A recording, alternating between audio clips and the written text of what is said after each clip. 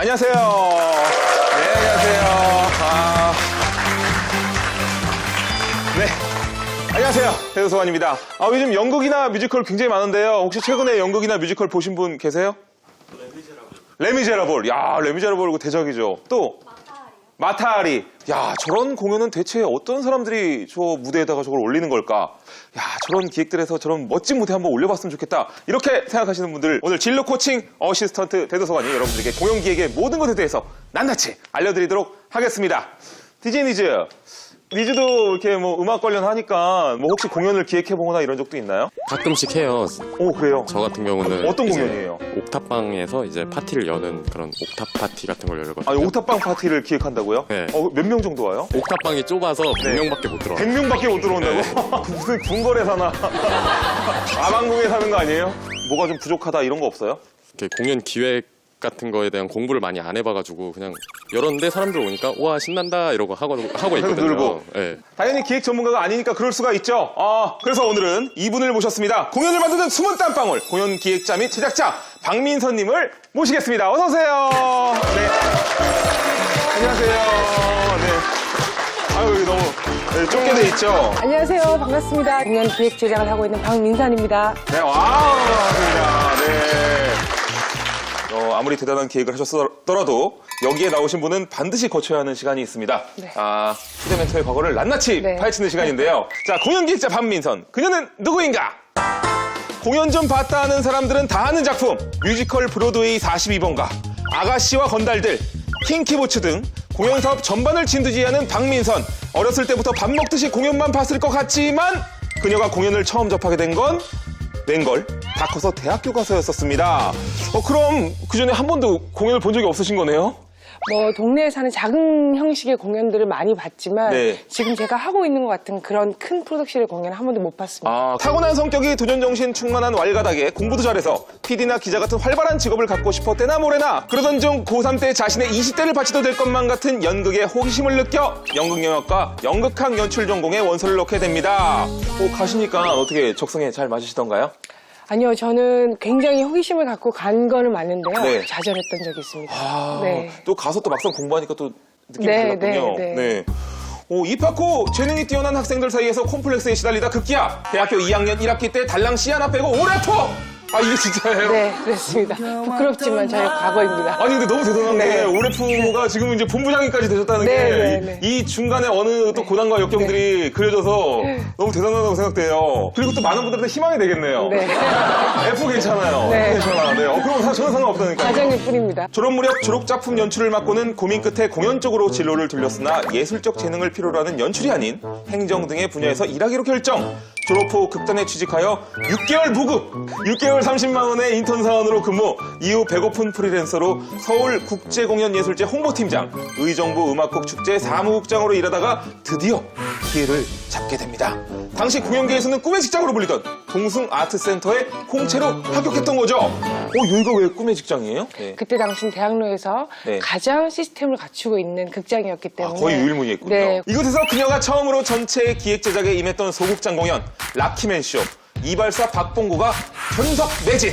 슬슬 인정받게 되자 제작에 대한 본격적인 공부를 위해 영국으로 유학을 떠나게 됩니다. 영국으로 갔으면 진짜 돈이 만만치 않았을 것 같아요. 네네. 네. 제가 그때 당시는 굉장히 과감하게 제가 살고 있던 전세금을 다 빼서 저희 어머니한테는 네. 저를 시집 보냈다고 생각하셔라. 그래서 시집을 갈 땐 제가 혼자 힘으로 가겠다라고 네. 말씀을 드리고 부모님이 오케이를 해주셨던 게 감사한 것 같아요. 네. 사실은 그 돈으로도 모자랐고요. 네. 그래서 정말 도움도 많이 받았고 아르바이트도 하고 하면서 학업을 마쳤습니다. 진짜 승부사시네요. 어쨌든 흥겹게 영국 유학길에 나선 지 2년 만에 영국 킹스 칼리지 문화창조산업으로 석사학위를 취득. 이후 귀국하여 2007년 대형 종합 엔터테인먼트 회사에 입사하여 제작 실무를 담당하게 됩니다. 신규 콘텐츠 기획 개발은 물론 중국, 일본, 영국, 미국과의 공동 제작 및 투자 사업을 진행하며 콘서트, 연극, 무용, 뮤지컬 제작을 총괄하는 공연사업 본부장으로 활약하고 계십니다. 박수 주십시오. 감사합니다. 이거 유학 후 거의 10년 만에 이런 결과를 이루신 네. 거잖아요. 정말 놀랍네요. 자, 뮤지컬뿐만 아니라 연극, 네. 발레까지도 네. 공연 기획을 하셨잖아요. 그러면 이제 공연 기획자라는 건 도대체 어떤 일들을 하는 건가요? 무슨 공연을 언제 누구랑 어떻게 할 것이냐, 무슨 돈으로 할 것이냐, 누구한테 보여줄 것이냐라고 하는 모든 부분에 있어서 사실은 그거를 총괄하는 직업이 공연 기획자인 것 같아요. 제작도 겸하고 계시잖아요. 네. 그죠? 그럼 네. 투자나 후원을 받으셔야 되는 거잖아요. 네. 어떤 작품들을 만들기 위해. 투자나 후원을 받으려면 어쨌든 그 투자자들을 설득시켜야 되는 거 아닙니까? 어떤 좀 노하우나 뭐 어떤 그런 비법 같은 게 있을까요? 상대방의 입장에서 중요한 1번과 2번이 뭔가, 그럼 그거에 대한 대답을 어떻게 내가 준비해 나갈 것인가라고 하는 관점에서 투자자의 성향, 기존의 그 투자자가 투자해서 성공한 작품, 실패한 작품, 뭐 그런 것들을 좀 분석해서 접근하는 편입니다.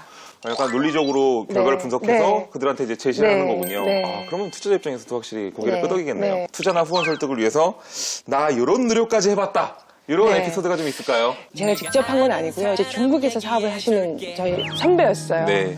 그 선배가 굉장히 큰 스폰서십을 장기간에 걸쳐서 받아내셨어요. 수십억에 해당하는. 네.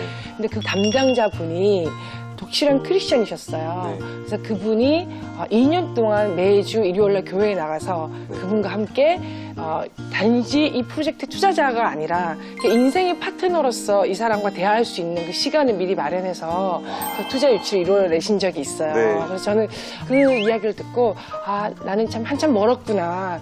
2년이라고 하는 시간 동안 결과가 있을지 없을지도 모르는 일을 위해서 시간과 노력을 투자한다는 것이 얼마나 절실한 건가, 한편으로 또 얼마나 프로다운 일인가라고 하는 걸 느낀 계기가 됐던 것 같아요. 그러면 공동 프로젝트 제작은 어떻게 추진이 되는 건가요? 뭐 연락이 오나요? 아니면 뭐 그렇죠. 네. 연락이 와야지 가능한데 이제 가만히 있다고 해서 연락이 오진 않죠. 네네네. 그래서 그것도 오랜 시간이 걸렸어요. 처음에는 그냥 가서 저희가 누구인지를 설명을 해요. 근데 그 사람들은 사실 누구라고 생각을 할 수 있죠. 네. 그죠? 그렇게 해서 다음에는 저희가 한국에 있었던 프로젝트도 설명을 하고요. 근데 그들이 저희가 한국에서 공연을 만드는 회사라는 걸 인지하고 어떤 투자의 기회를 열어주는 데까지 한 3년이 걸렸고요. 그렇게 해서 시작된 킹키부츠라고 하는 저희 뮤지컬이 한국에서 아시아 출연료로 굉장히 성공을 했어요. 그래서 그들과 같이 작업해도 된다라고 하는 이른바 그 업계 내에 크레딧이 생겼죠. 그래서 그 이후에는 굉장히 많은 작품에 대해서 초청이 옵니다. 미국과 공동 제작하셨던 뮤지컬 아까 말씀하셨던 킹키부츠에 네, 대해서 좀 네, 이야기를 네, 듣고 싶어요. 네. 또 어떤 작품인가요? 킹키부츠는 사실은 영국에서 다큐멘터리가 있었고 그 작은 영화로도 만들어졌고요. 근데 미국 프로듀서가 이 작품을 뮤지컬로 만들어야 되겠다라고 네. 생각해서 하비 피어스틴이라고 하는 굉장히 유명한 작가와 80년대 팝계의 전설이었던 신디 로퍼가 네. 음악을 맡아서 만든 뮤지컬입니다. 유명한 상이죠. 토니상 최초로 여자 작곡가상을 받았습니다. 남자분들이 살짝 꺼리실 것 같은 네. 것 같아요. 네. 왜냐면 아무래도 비키니를 계속 입고 하셔야 되고. 그러니까 비키니도 입고 여자 옷을 입고 네. 그리고 제일 어려웠던 거는 12cm 힐을 신고 춤을 추세요. 남자분들이. 근데 그게 굉장히 어려운 미션이에요. 네, 저도 알죠. 네. 그 공연 같은데 한번 하면서 여장하면서 해봤습니다. 네. 그분들이 춤을 이렇게 한번 추고 나면 분장실에 이렇게 얼음이 가득 든 통이 있어요. 네. 발이 아파서 거기에 이렇게 발을 담그고 있다 다시 다음 씬을 해서 가는 정도로 어려운 부분인데 가장 재밌었던 거는 공연을 자주 보시지 않았던 어르신들은 끝까지 여자라고 알고 계신 분들이 많아요. 그래서 그 투자 비용이 얼마나 들어간 건가요? 저희는 사실은 많이 들어가진 않았고요. 그때 당시로 100만 불, 한 10억 정도를 넣었었습니다. 네.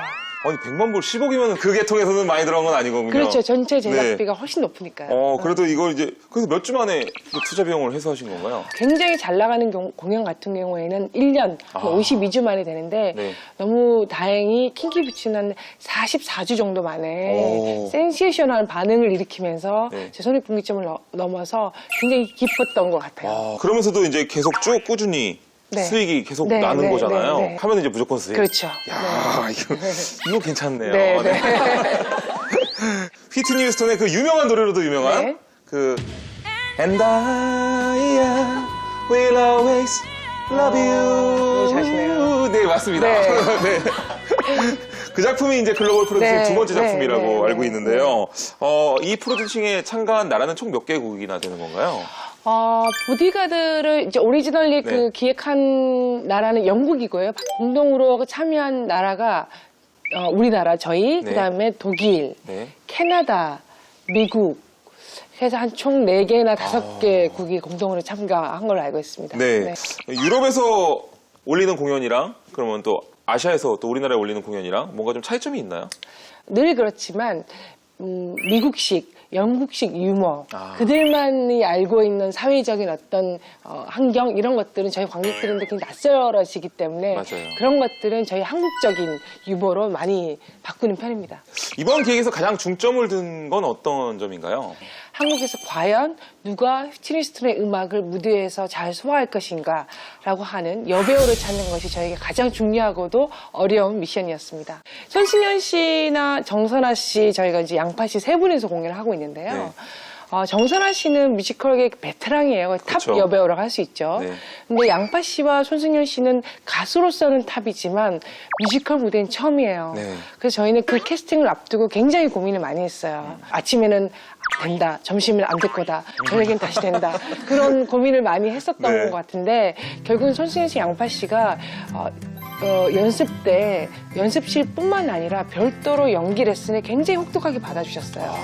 두 분 다 연기를 기대했던 것보다 훨씬 잘한다는 평가를 받게 돼서 그 예전에 정말 걱정했던 그 시절로 돌아가면 굉장히 안도감을 느끼고 있습니다. 너무 잘하시더라고요. 네, 네. 그런 공연들을 하려면 준비 기간이 어느 정도 되나요? 그러니까 예를 들어서 다른 거 다 빼고 그 배우분들 연습은 네. 어느 정도 하나요? 연습은 보통 2달에서 10주 정도 10주 정도. 하는 것 같아요. 네. 몸에 그 연기가 자연스럽게 묻어 있어야 돼요. 그래서 라이브로 할 수 있기 때문에 네. 건드리면 그 역할이 나올 정도로 내 몸에 익숙하게 해놓는 것이 공연 연기이기 때문에 이게 외운다는 차원이 아닌 거죠? 그렇죠. 아예 그냥 몸이 그렇죠. 기억하고 있는 거죠? 몸이 기억해야 됩니다. 와. 실제로 올라가면 굉장히 떨리는 일도 많고 네. 그날에 따라서 컨디션도 굉장히 다르기 때문에 내 몸과 내 마음이 기억할 수 있도록 그 캐릭터를 입혀놓는 과정이 필요하죠. 자, 오늘 공연 기획에 관심 있으신 분들도 많이 오셨는데요. 네. 자, 그래서 준비를 했습니다. 우리들의 잡생각!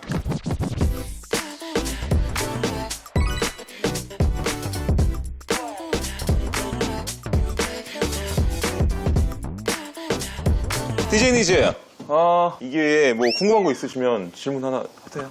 왜 그렇게 한국 작품들은 크게 성공하지 못하는가? 그리고 이게 역으로 외국에 이렇게 수출이 되는 경우가 있나요?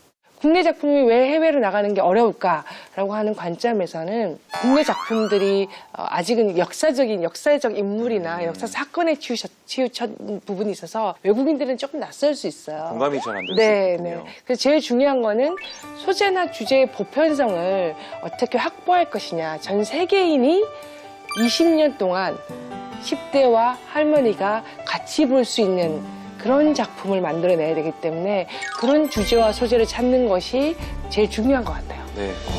자, 여기 또 여러분들이 또 직접 질문하신 질문들이 저한테 또 와 있습니다. 일단 날카로운 질문부터 네. 한번 가보도록 하겠습니다. 연봉이 어떻게 되세요? 저 지금 굉장히 많이 네. 왔습니다. 그렇군요. 네, 네. 네. 그러니까 연봉 이외에도 어떤 작품이 잘 됐을 때, 뭐, 개런티라든지. 그렇죠. 인센티브 같은 것도 인센티브도 있고요. 있을 수 있죠. 네. 그런 거 있을 수 있고. 네. 그래서 아무래도 좀 유망한 직종이다 보니까 네. 그런 것들을 좀 더 부가 수익을 올릴 수도 그렇죠. 있겠군요. 네. 네. 뭐, 나중에 직접 뭔가 그런 회사를 차린다던가 할 수도 있겠네요. 그렇죠. 네. 사실은 뮤지컬 기획 제작자가 되고 싶다라고 생각하시면 네. 반드시 어떤 회사에 꼭 내가 들어가야 되겠다. 네. 그게 최종골이어서는 안 될 것 같아요. 네. 내가 원하는 작품을 만드는 정말 내 네. 프로듀싱을 하는 컴퍼니를 만들겠다라고 네. 하는 꿈에 도전하시는 것이 훨씬 멋진 일인 것 같습니다. 그렇군요. 네.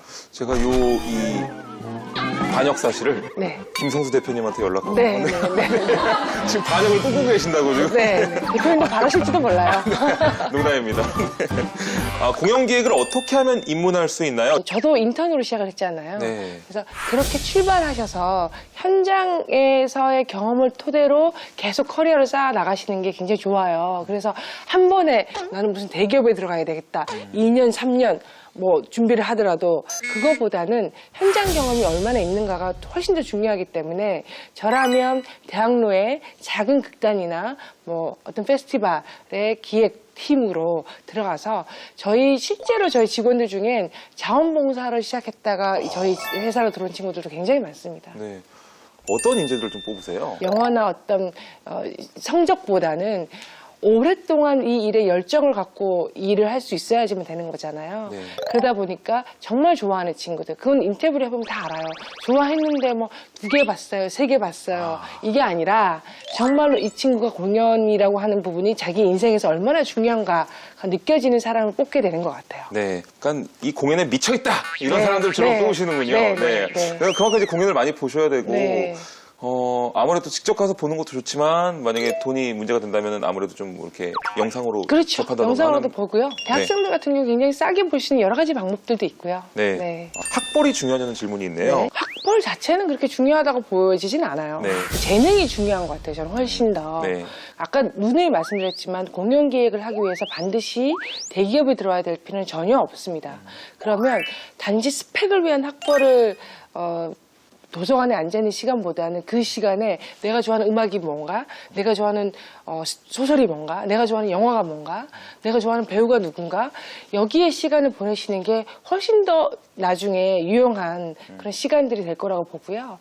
뭐 학벌이라고 표현하지 말고 달리 얘기한다면 그래도 책을 많이 읽고 또 한편으로는 외국어에 대한 영어 같은 경우에는 외국에 가서 공연 볼 일도 많잖아요. 그죠? 브로드웨이도 가고 웨스트엔드도 가야 되는데 다는 못 알아들어도 어느 정도 알아들 수 있는 수준이면 훨씬 더 도움이 되겠죠. 공연 중에는 도대체 공연 기획자들이 뭘 하고 있는지 직접 그 업무를 보러 직접 공연장에 가봤습니다. 함께 보시죠.